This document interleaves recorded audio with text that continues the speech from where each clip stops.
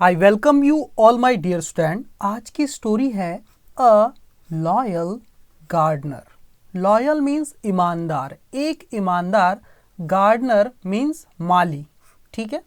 एक वफादार या ईमानदार माली, ठीक है। आज मैं आपको बताऊंगा कि रीडिंग से कैसे आप इंग्लिश सीख सकते हैं और क्या सही तरीका है रीडिंग करने का, ठीक है। सबसे बेस्ट तरीका होता है रीडिंग। जितना आप रीड करेंगे उतना आप सीखते हैं, ठीक है। देख लेते हैं एक एक स्ट्रक्चर, एक एक वर्ब की फॉर्म और उसका मीनिंग क्या है और उसे आप डे टू डे लाइफ में कैसे यूज कर सकते हैं। एक सेंटेंस के बेस पे आप 5-10 सेंटेंस कैसे बना सकते हैं, ये सारी चीजें मैं आपको बताऊंगा आज, ठीक है। वीडियो हो सकता है थोड़ी लंबी हो जाए लेकिन एकदम डिटेल्ड होगी आज की वीडियो, ठीक है। देख लेते हैं। वंस, एक बार। वंस मीन्स एक बार। क्या हुआ एक बार? अकबर, राजा अकबर, वॉज मतलब थे या था, हम थोड़ा रिस्पेक्ट दे रहे हैं इसलिए हम थे बोल रहे हैं, ठीक है।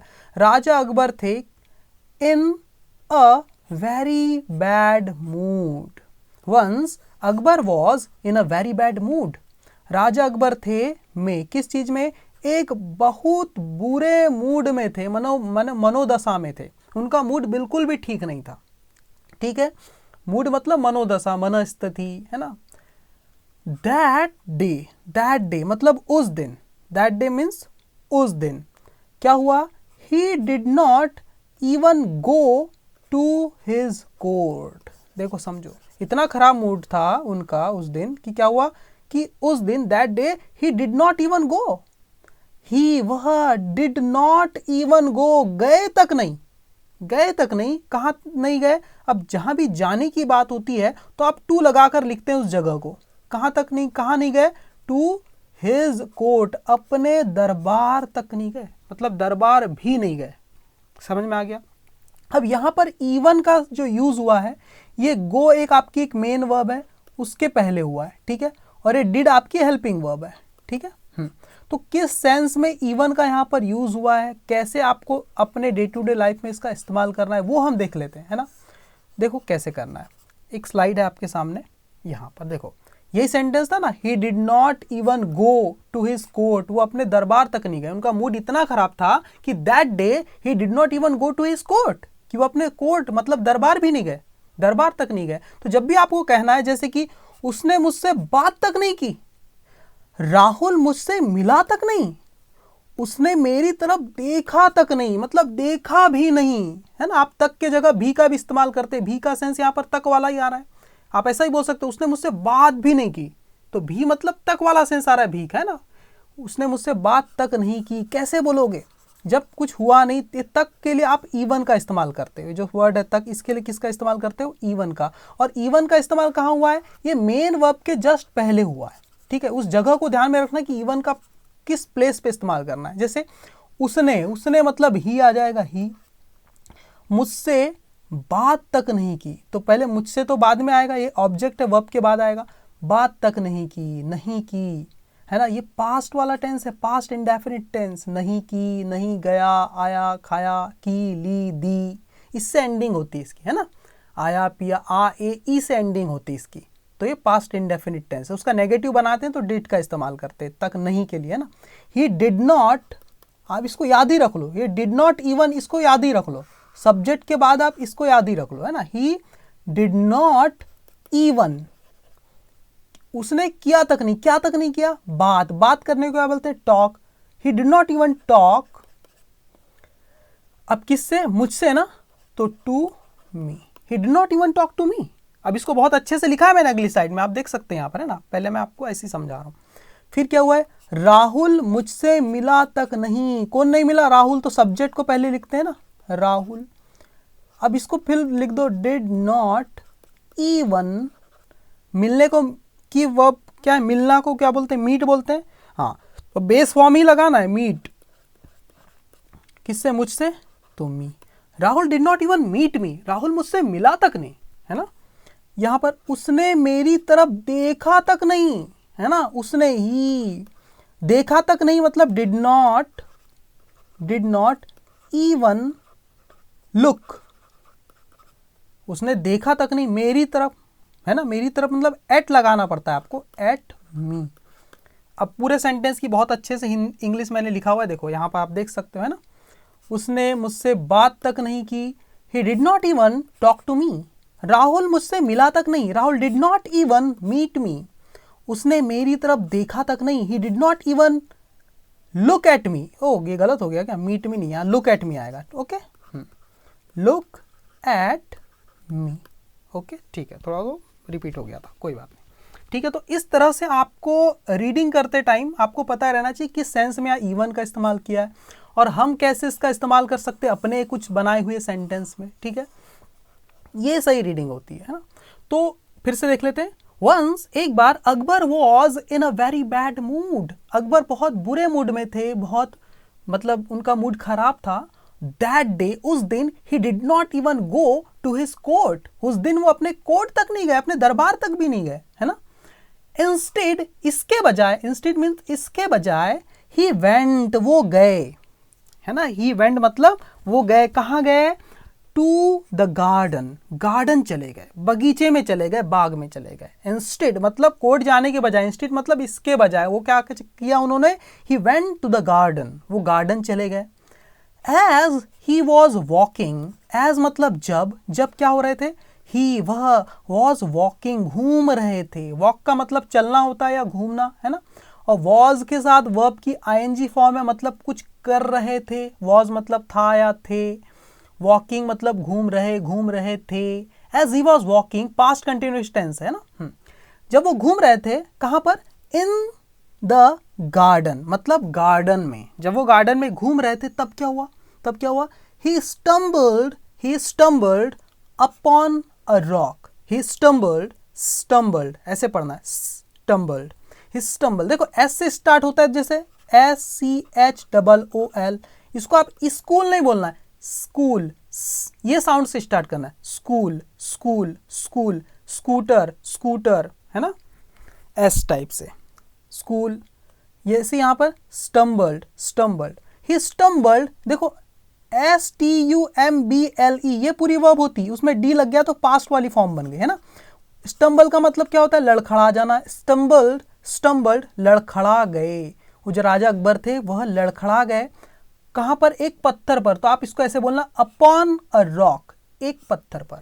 ही स्टम्बल्ड अपॉन अ रॉक, वो एक पत्थर पर लड़खड़ा गए। और फिर क्या हुआ, हिज फुट, उनका पैर, हिज फुट, ये पूरा सब्जेक्ट है, उनका पैर। उनका पैर क्या हो गया, उनका पैर गॉट मतलब हो गया, गेट की पास्ट फॉर्म है, गेट, है ना, गेट की पास्ट फॉर्म है गॉट। उनका पैर हो गया, क्या हो गया, हर्ट मतलब चोटिल हो गया। क्या हो गया, चोटिल हो गया।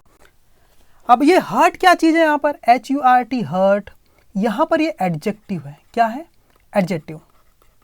जैसे कि समझना, जैसे वह थक गया, वह थका हुआ हो गया, तो है क्या, हम कैसे बोलेंगे, ही गॉट टायर्ड, सही है, TIRD। वह खुश हो गया, तो हम क्या बोलते हैं, ही गॉट हैप्पी। तो tired, happy, sad, he got sad, he got thirsty, वो प्यासा हो गया, ही गॉट हंग्री, वो भूखा हो गया, मतलब उसे भूख लग गई, है ना। जैसे ही गॉट हैप्पी मतलब वो खुश हो गया, वैसे ही हिज फुट, उसका पैर, गॉट मतलब हो गया, क्या हो गया, हर्ट मतलब चोटिल हो गया, चोट लग गई उनके पैर को, राजा अकबर के, है ना। जब वो गार्डन में घूम रहे थे, दिमाग तो वैसे भी खराब था, इतना खराब था उनका मूड कि दरबार न जाते हुए कहाँ चले गए थे, गार्डन चले गए थे और वहाँ घूम रहे थे, और अचानक एक पत्थर पर वो लड़खड़ा गए, तो उनका पैर चोटिल हो गया। ठीक है। अब यहाँ पर ये जो हर्ट, ये जो वर्ब है ना, ये जो वर्ड है, वर्ड हर्ट, इसके कई सारे फंक्शन है ना। ये जो वर्ड है इसके बहुत सारे फंक्शन है। अब क्या क्या फंक्शन है वो अगली स्लाइड में पता चलेगा आपको। यहाँ पर देखो, हर्ट का क्या मतलब है। यहाँ पर हर्ट ना एक समथिंग, कोई चीज के जैसा भी होता है। हर्ट एक नाउन होता है, नाउन मतलब चीज, किसी चीज के नाम को नाउन कहते हैं ना। The name of any person, place और thing, idea and emotion is called noun. Noun मतलब कोई चीज का नाम। तो हर्ट एक चीज का नाम है, जैसे घाव को आप हर्ट बोल सकते हो, पीड़ा को आप हर्ट बोल सकते हो, चोट जो लग जाती है ना आपको, चोट कहीं आपका पैर छिल जाता है कुछ, उसको आप हर्ट बोल सकते हो। वो एक चीज की तरह यूज हो जाता है हर्ट। ओके ठीक है। जैसे कि यहाँ देखो, this medicine will minimise your hurt. ये जो मेडिसिन है ना, विल करेगी, क्या करेगी, मिनिमाइज मतलब कम कर देगी, मिनिमाइज कर देगी, कम कर देगी, किस चीज को, योर हर्ट, आपकी चोट को, आपके पीड़ा को, आपके तकलीफ को, ठीक है। तो ये हर्ट एक चीज के जैसे यहां पर यूज हुआ है ना, ये एक वर्ड। अब यही वर्ड एडजेक्टिव के जैसे भी यूज होता है, ये हर्ट। एडजेक्टिव का मतलब किसी चीज की विशेषता बताने वाला, जैसे पीड़ित आदमी, चोटिल आदमी, चोटिल पैर या दुखी आदमी, किसी व्यक्ति की विशेषता बताते हुए भी इसका इस्तेमाल किया जा सकता है। जैसे कि माई फुट, मेरा पैर, गॉट हो गया, क्या हो गया, हर्ट मतलब पीड़ित हो गया या चोटिल हो गया, मेरा पैर चोटिल हो गया। वाइल, जब आई वॉज रनिंग, मैं दौड़ रहा था, जब मैं दौड़ रहा था, माई फुट गॉट हर्ट, मेरा पैर चोटिल हो गया। तो अब ये जो हर्ट है ना, ये एडजेक्टिव है ना। जैसे thirsty, hungry, tired, happy, sad, एक एडजेक्टिव होते हैं ना, किसी चीज की विशेषता बताते व्यक्ति या वस्तु की, वैसे ये हर्ट यहाँ पर एक एडजेक्टिव है, ठीक है। समझना, ग्रामर भी सीखना बहुत जरूरी है। अब ये हर्ट का एक और फंक्शन है, एक वर्ब भी होता है। हाँ, हर्ट का मतलब होता है घायल कर देना, किसी को पीड़ा दे देना, किसी को पीड़ित कर देना, चोटिल कर देना, चोट पहुंचाना, ये एक वर्ब भी होता है। और इसकी तीनों फॉर्म सेम होती है, HURT हर्ट, V1 भी हर्ट है, पास्ट वाली फॉर्म भी हर्ट है, और परफेक्ट फॉर्म जो है जिसको V3 बोलते हैं, ये V2 है, वो भी आपकी क्या होती है, हर्ट ही होती है। तीनों फॉर्म सेम होती है, ठीक है। तो जैसे कि he hurts me, present indefinite tense है, इसलिए उसमें ऐसे IS लग गया, है ना। जैसे गो की फॉर्म आपने पढ़ा होगा, गो, फिर एक फॉर्म होती गोज, एक होती है वेंट, और एक होती है गॉन, और एक गोइंग भी होती है ना।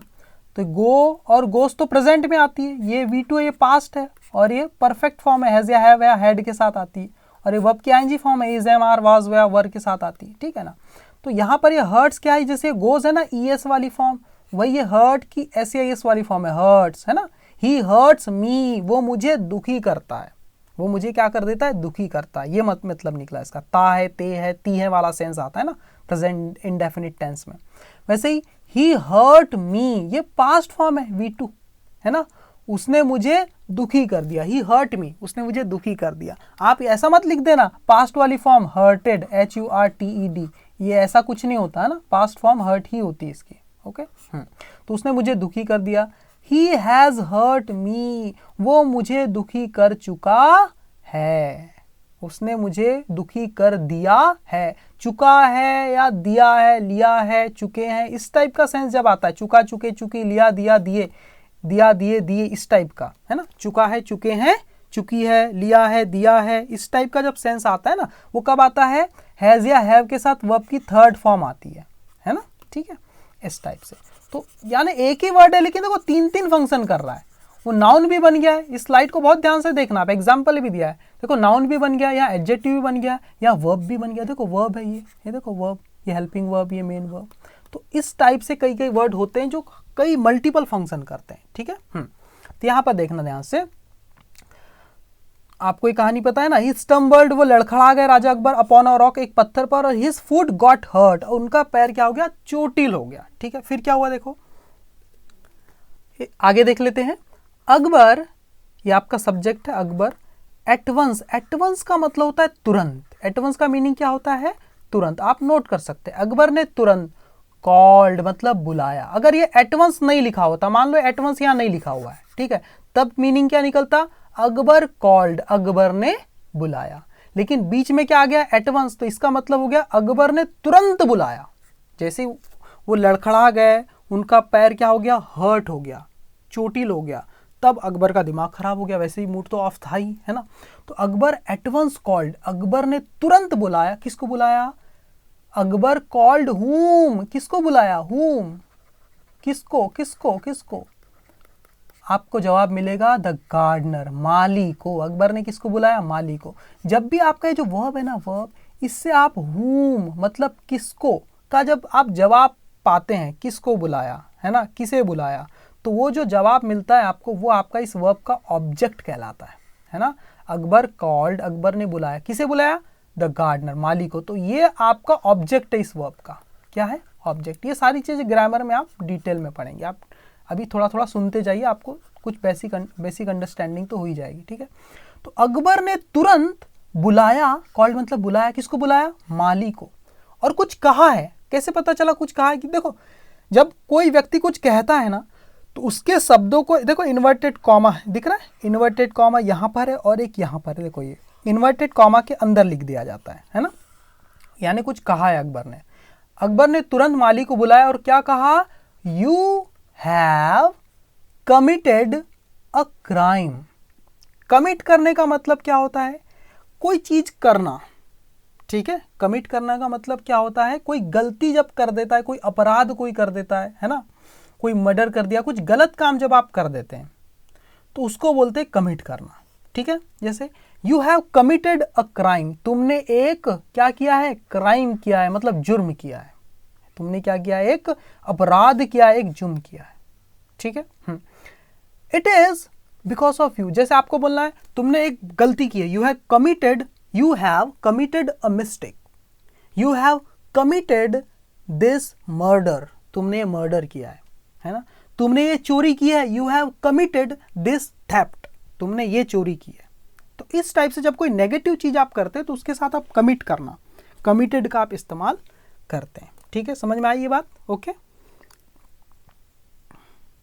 या इसको बहुत डिटेल अच्छे से आप समझते हैं तो कमिट का मतलब आप लिख सकते हैं अंजाम देना किसी चीज को। क्या करना? अंजाम देना। तुमने इस अपराध को अंजाम दिया है, बोलते हैं ना, आपने फिल्मों में सुना होगा, तुमने इस अपराध को अंजाम दिया है। यू हैव कमिटेड, आपने अंजाम दिया है किस चीज को? अ क्राइम, एक अपराध को अंजाम दिया, मतलब तुमने एक अपराध किया है, ठीक है। फिर क्या लिखा है? It is because of you. Because of एक प्रेपोजिशन होता है, दो वर्ड से मिलकर, ये पूरा एक साथ है, बिकॉज और ऑफ एक साथ होता है ना। It is because of you, ये तुम्हारी वजह से है। इट मतलब ये, इज मतलब है, बिकॉज ऑफ मतलब के कारण, की वजह से, किसकी वजह से? यू मतलब तुम्हारी वजह से। ये तुम्हारी वजह से है कि आई फेल, जो कि मैं गिरा, आई फेल, फॉल की सेकेंड फॉर्म है फॉल, आई फेल, मैं गिरा, डाउन मतलब नीचे। It's because of you I fell down, it's because of you, it is because of you I fell down, तुम्हारी वजह से मैं गिरा।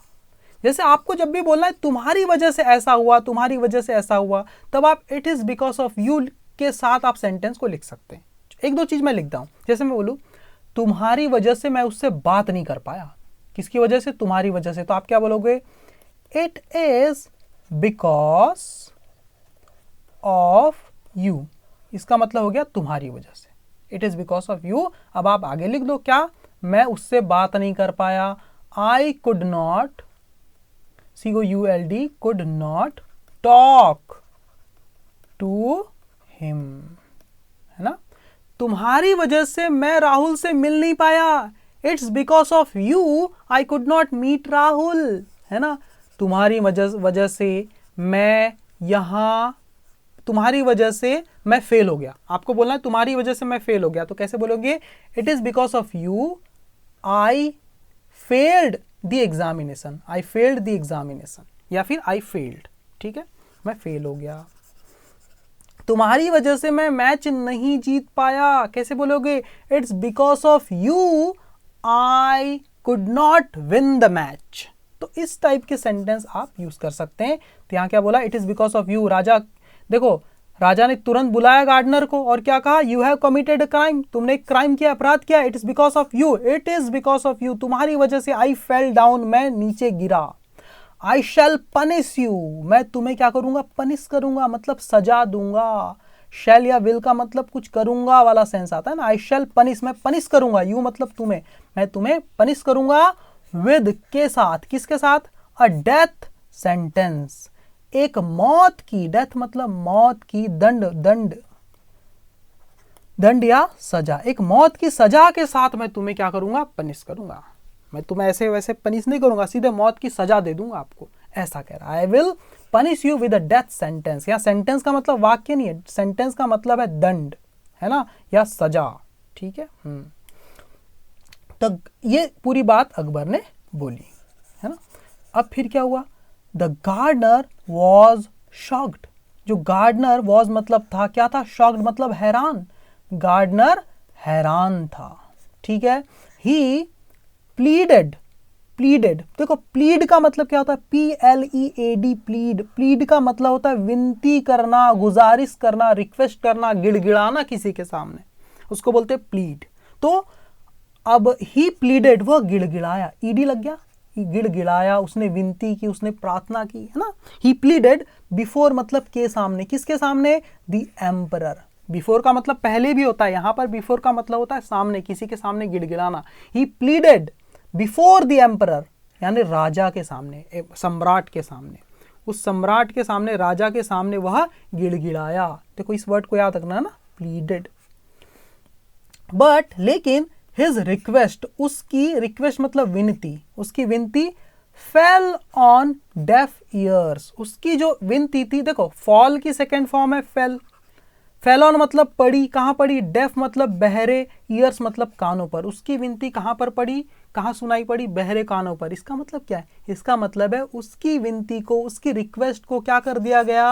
अनसुना कर दिया गया, है ना, अनसुना कर दिया गया। जब भी कोई चीज अनसुनी सुनी कर दी गई, इसका मतलब फेल ऑन डेफ ईयर्स, आप ऐसा लिख सकते हैं, है ना।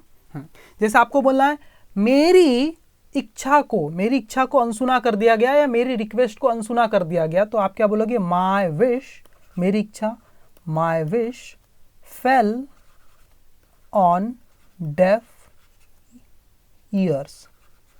जैसे मैं अपने पापा से अब बोल रहा हूँ मुझे जूते खरीदना है, मेरे पापा सुन रहे हैं लेकिन खरीद ही नहीं रहे हैं, बिल्कुल कुछ ध्यान ही नहीं दे रहे, मेरी बात को बिल्कुल अनसुना कर दी। तो मैं क्या बोलूँगा? मेरी इच्छा को क्या कर दिया गया? अनसुना कर दिया गया। My wish fell on def years, मेरी इच्छा कहाँ पड़ी? बहरे कानों पर सुनाई पड़ी, मतलब अनसुना कर दी गई मेरी इच्छा, ये मतलब होता है। ठीक है,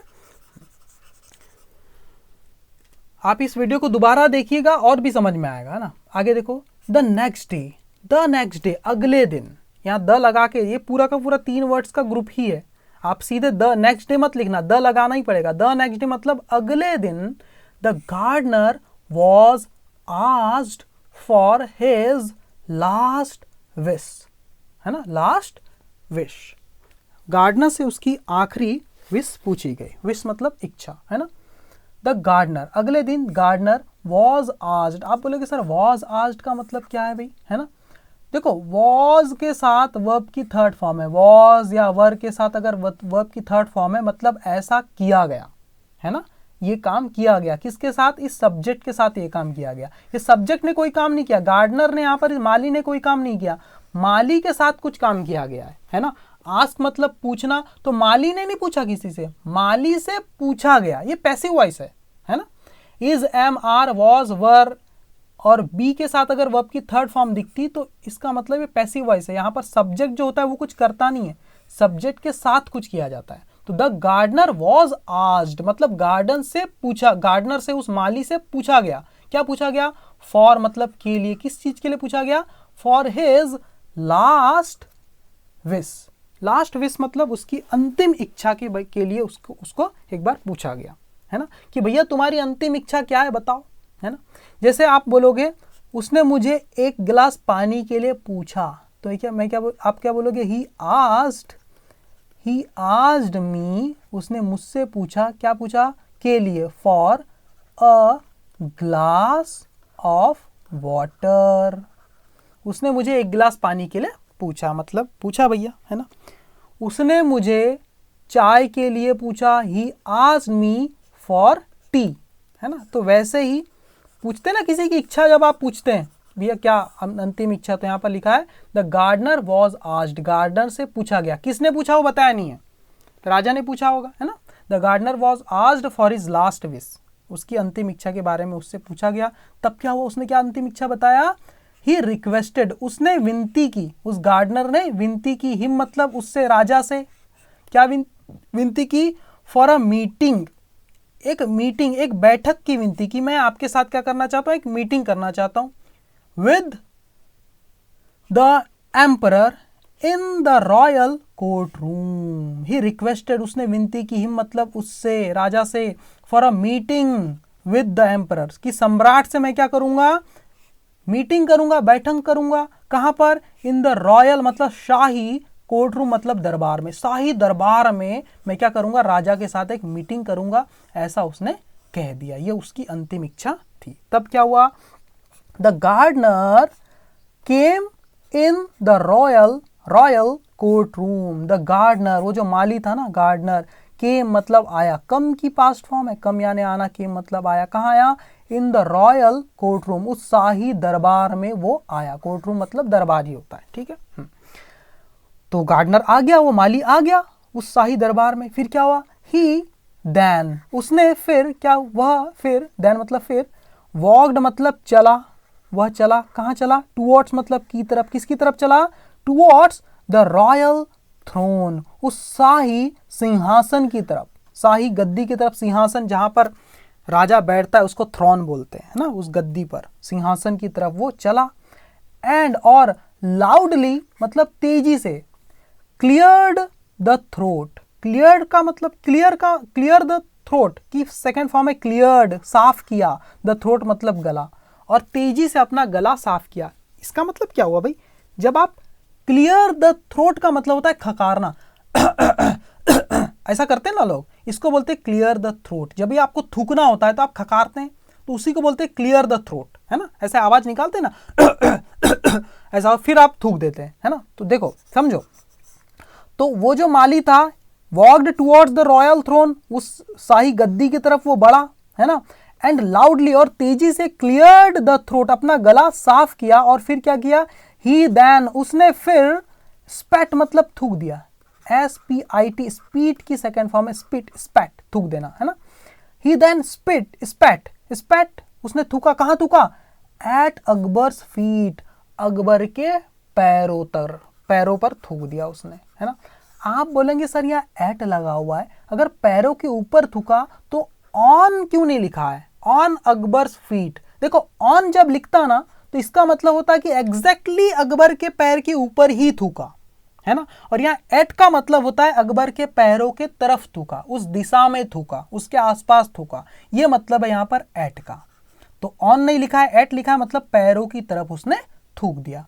अब वो थूक उसका पैरों के ऊपर गिरा या आजू बाजू गिरा वो यहाँ पर कंफर्म नहीं है, इसलिए यहाँ एट लिखा है ना, पैरों की तरफ थूका, ठीक है। ही देन स्पेट, स्पेट मतलब उसने थूक दिया, स्पीट की सेकेंड फॉर्म है, कहाँ थूका, एट अकबर्स फीट मतलब पैरों की तरफ थूक दिया। फिर क्या हुआ, देखो तो बड़ी गजब कमाल की बात हो गई। फिर क्या हुआ, अकबर वॉज शॉक्ड, अकबर हैरान था।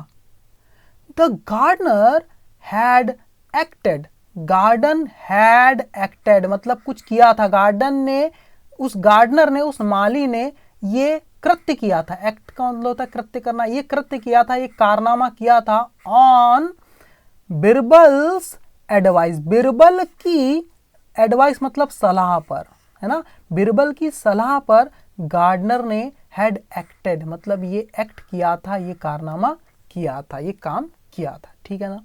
तो फिर क्या हुआ, बिरबल टुक, बिरबल के कहने पे क्या था, तो उसने थूक दिया। फिर क्या हुआ, बिरबल टुक अ स्टेप फॉरवर्ड, जो बिरबल थे, जो चतुर बिरबल, अकबर के जो मंत्री थे बिरबल, टुक, टेक की सेकेंड फॉर्म है ना, टेक, पास्ट फॉर्म है टुक, अकबर ने लिया, लिया, अ स्टेप फॉरवर्ड कुछ कदम, फॉरवर्ड मतलब फॉरवर्ड मतलब आगे की तरफ, अ स्टेप मतलब एक कदम, है ना, एक कदम, अकबर ने एक कदम, फॉरवर्ड मतलब आगे की तरफ बढ़ाया, आगे एक कदम आगे बढ़ा अकबर, कौन, बिरबल, हाँ बिरबल एक कदम आगे बढ़े, ठीक है। फिर क्या हुआ, एंड और सेड और कहा।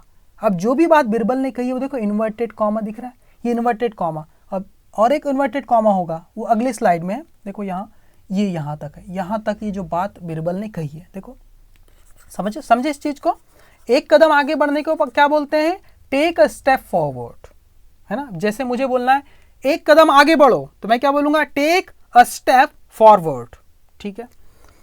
तो अकबर टुक अ स्टेप फॉरवर्ड, अकबर एक कदम आगे बढ़े, एंड सेड और कहा, क्या कहा, योर मैजेस्टी, हे महाराज, जब भी महाराज से बात करते तो पहले योर मैजेस्टी बोलते हैं, हे महाराज, दिस गार्डनर, ये जो माली है, इज है, ये माली है, क्या है, the most loyal citizen, the most मतलब सबसे ज्यादा, लॉयल मीन्स ईमानदार, सिटीजन मतलब माली, सिटीजन मतलब नागरिक, है ना। ये जो गार्डनर है, जो माली है, ये क्या है, सबसे ज्यादा लॉयल मतलब ईमानदार, सिटीजन है, नागरिक है, कहाँ का, ऑफ मतलब का, ऑफ योर किंगडम आपके साम्राज्य का, the this gardener is the most loyal citizen of your kingdom. आपके साम्राज्य का सबसे ज्यादा लॉयल नागरिक है, सिटीजन है, ठीक है। ही फियर्ड, देखो फियर का मतलब क्या होता है? आप बोलोगे सर फियर का मतलब तो डर होता है, और फियर का मतलब होता है डरना, एक वर्ब भी होता है, वर्ब डरना, है ना। तो इसी की पास्ट फॉर्म है फियर्ड। ही फियर्ड, वह डर गया था। ही फियर्ड मतलब वो डर गया था। ये जो गार्डनर है ना, ये डर गया था दैट कि कहीं क्या हो जाए, कि पीपल, कि लोग वुड टॉक, बात करेंगे। वो इस बात से डरा था कि लोग बातें करेंगे। इल मतलब बुरी तरह से बातें करेंगे, है ना, निंदा वाली बातें करेंगे। अबाउट यू, आपके बारे में।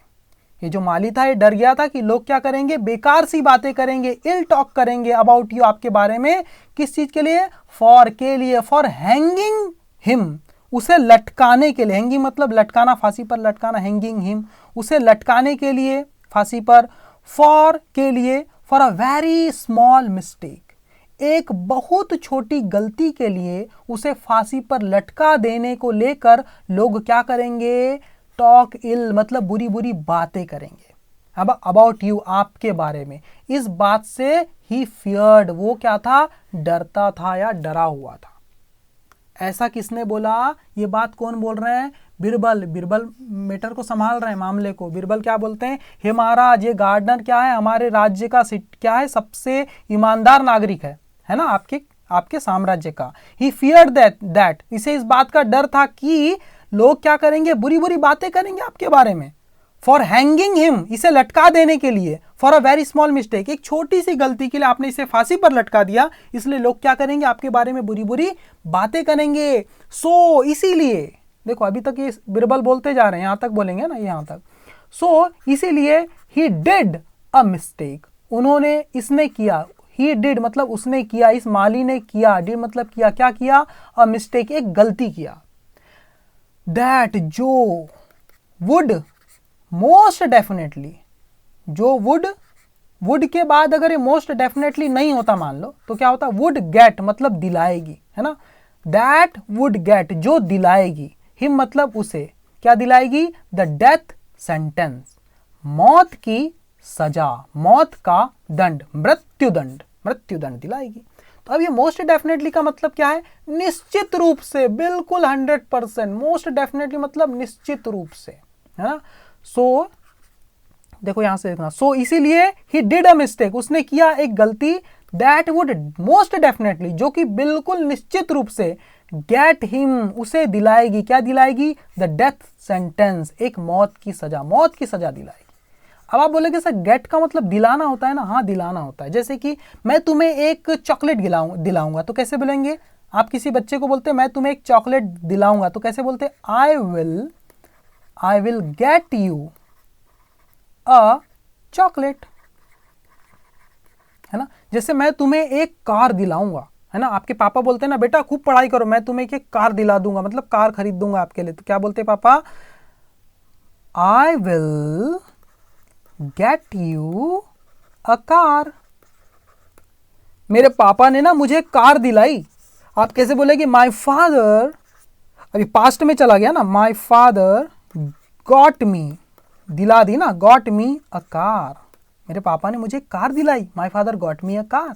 तो वैसे ही यहां पर समझना इस चीज को, बहुत ही काम की चीज है। वैसे ही सो इसीलिए ही डिड अ मिस्टेक, उसने एक गलती की। दैट वुड, जो कि, वो, दैट वुड मोस्ट डेफिनेटली मतलब निश्चित रूप से, गेट मतलब दिलाएगी, हिम मतलब उसे दिलाएगी, क्या दिलाएगी? द डेथ सेंटेंस, मौत का दंड, मृत्युदंड, है ना।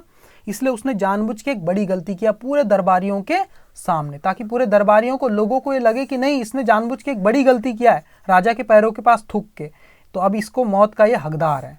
तो ये बात राजा को बिरबल ने बता दी। तब क्या हुआ? अकबर रियलाइज, तब अकबर को महसूस हुआ, क्या महसूस हुआ? दैट कि ही हैड ट्राइड, इसको रॉन्गली को थोड़ी देर के लिए भूल जाओ। ही हैड ट्राइड, उसने कोशिश की थी। हैड के साथ वर्ब की थर्ड फॉर्म मतलब कुछ करना, किया था, है ना। जैसे आई हैड गॉन, मैं गया था। आई हैड मेट, वर्ब की थर्ड फॉर्म लगती ना, मैं मिला था। वैसे ही हैड ट्राइड, उसने कोशिश की थी, है ना, अकबर रियलाइज्ड, अकबर को महसूस हुआ क्या, दैट ही हैड ट्राइड, उसने कोशिश की थी, और यहाँ लिखा रॉन्गली मतलब गलत तरीके से, उसने गलत तरीके से कोशिश की थी, किस चीज की, टू पनिश, सजा देने की, किसको सजा देने की, द गार्डनर, इस माली को, इस माली को उसने गलत तरीके से सजा देने की कोशिश की थी, है ना, ये अकबर ने रियलाइज किया, और लेट हिम गो, उसे जाने दिया, है ना, यहाँ पर एंड के बाद क्या लिखा हुआ है, कहीं ना कहीं अकबर लिखा हुआ है, यहाँ दिख नहीं रहा है, अकबर एक बार यहाँ लिखा हुआ है, तो यहाँ पर समझो अकबर मान के चलो आप, है ना, and Akbar let him go, और अकबर ने, लेट मतलब कुछ करने देना, हिम मतलब उसे, गो मतलब जाना, तो जाने दिया, अकबर ने उसे जाने दिया, तो लेट का यूज समझो, उसने मुझे खाने दिया, तो ही लेट मी ईट, उसने मुझे भागने दिया, ही लेट मी रन, वैसे ही उसने, राजा ने उसे जाने दिया, तो यहां पर लिखेंगे ही लेट हिम गो, या राजा अकबर ने, है ना, यहां पर आप लिख सकते हो Akbar let him go, Akbar ने उसे जाने दिया, समझो मीनिंग को, है ना, अच्छे से, बहुत प्यारे तरीके से। क्या मीनिंग है, अकबर रियलाइज्ड, अकबर ने महसूस किया, क्या महसूस किया, दैट की ही हैड रॉन्गली ट्राइड, उसने गलत तरीके से कोशिश की थी, टू पनिश द गार्डनर, इस गार्डनर को पनिश करने की गलत तरीके से कोशिश की थी, इस बात का उसे एहसास हो गया, एंड और लेट हिम गो, और यहां पर अकबर अंडरस्टूड है, Akbar let him go, Akbar ने उसे जाने दिया, ठीक है। तो कैसी लगी आपको स्टोरी और मेरा समझाने का तरीका कैसे लगा, आप जरूर कमेंट करना, आप जनरली कमेंट नहीं करते हैं, आप लाइक कर देते हैं, चैनल को सब्सक्राइब करते हैं, लेकिन मैं चाहूँगा कि आप कमेंट करके मुझे बताएं कि और किस तरह से आपके लिए मैं इंप्रूव कर सकता हूँ चीज़ों को, है ना, आपको समझ में आ रहा है या नहीं आ रहा है, प्लीज़ मुझे कमेंट कीजिए, ठीक है, और वीडियो को लाइक कीजिए और चैनल को सब्सक्राइब कीजिए। Thank you very much my dear student.